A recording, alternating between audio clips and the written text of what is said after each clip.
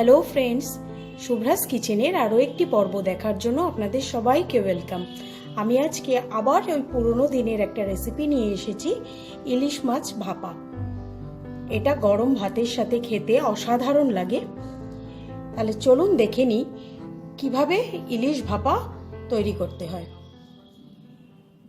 ইলিশ ভাপা করার জন্য এখানে আমি কতগুলো ইলিশ মাছের রিং পিস নিয়ে নিয়েছি।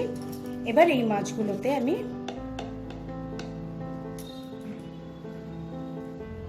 এক চামচ নুন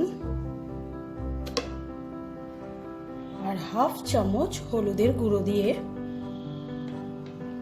খুব ভালো করে মেখে আমি 10 মিনিট মাছটাকে এইভাবেই রেখে দেবো, যাতে নুন আর হলুদটা ভালো মতো মাছের ভেতরে ঢুকে যায়।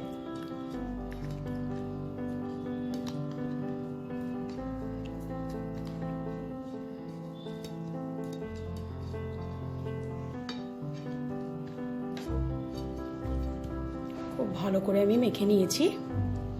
এবার আমি এটাকে 10 মিনিট রেখে দেবো। মাছটা আমি 10 মিনিট ম্যারিনেট করে নিয়েছি। এবার আমি যেই টিফিন বক্সে ভাপাটা বানাবো সেই টিফিন বক্সটা নিয়ে নিয়েছি। আর এখানে আমি 2 চামচ কালো সর্ষে, 4টে কাঁচা লঙ্কা দিয়ে ভালো করে শিলে বেটে নিয়েছি।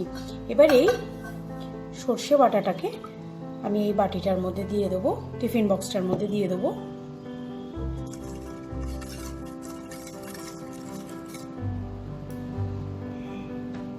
এবার এতে আমি পরিমাণ মতো নুন দেব। মাছে নুন দিয়ে মাখিয়ে রেখেছিলাম, সেইভাবে নুনটা দেব। অল্প হলুদ গুঁড়ো আর 2 চামচ আমি টক দই দেব।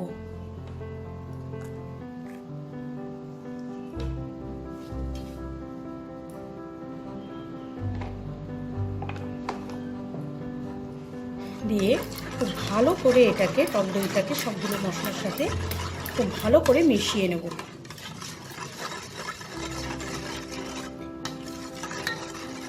এটার মধ্যে অনেকে নারকেল কোড়া দিতে পারেন, তবে আজ আমার ঘরে নারকেল নেই বলে আমি দিলাম না। নারকেলটা দিলেও চলে, না দিলেও চলে। এটাকে খুব ভালো করে, দইটাকে ভালো করে মিশিয়ে নেব। এবার এতে আমি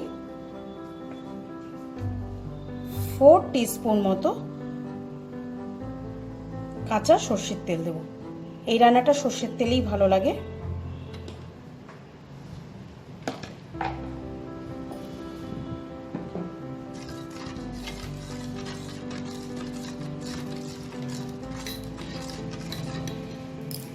এবার আমি মাছগুলোকে একে একে মশলার সাথে খুব ভালো করে মিশিয়ে নেব।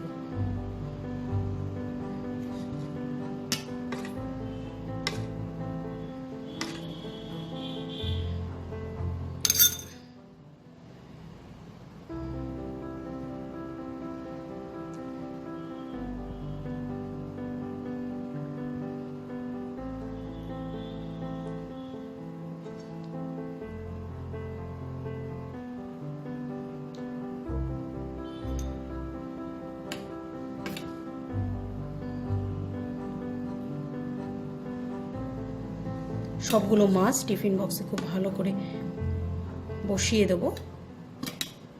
মশলাগুলো মাছের গায়ের ওপরে দিয়ে দেব।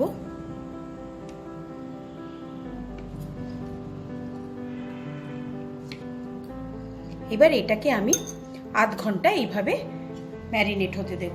তারপর আমি এটাকে জলে বসাবো। ঢাকনাটা বন্ধ করার আগে আমি কিছু মাঝখান থেকে চিড়ে রাখা কাঁচা লঙ্কা দিয়ে দেবো। এটাতে ফ্লেভারটা ভালো আসবে।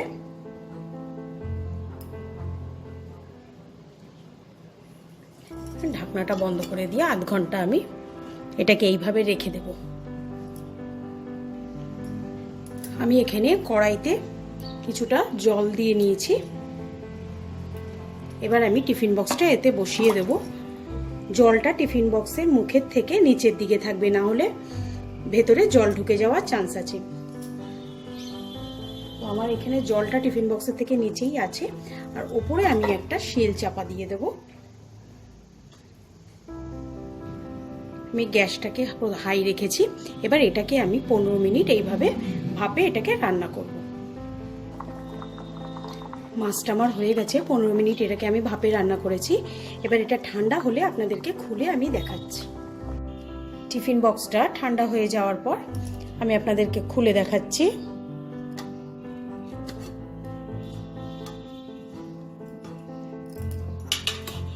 মাছটা আমার একদম রেডি হয়ে গেছে, দেখুন। এটা আমি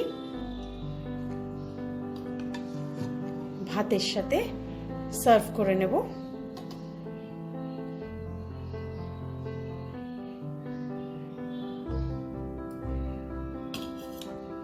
আপনাদের যদি আমার এই রান্নাটা ভালো লাগে, লাইক শেয়ার করতে ভুলবেন না।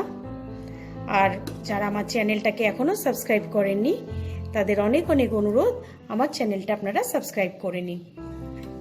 আজ আসি, আবার আসবো নতুন কোনো এক রেসিপি নিয়ে। বাই।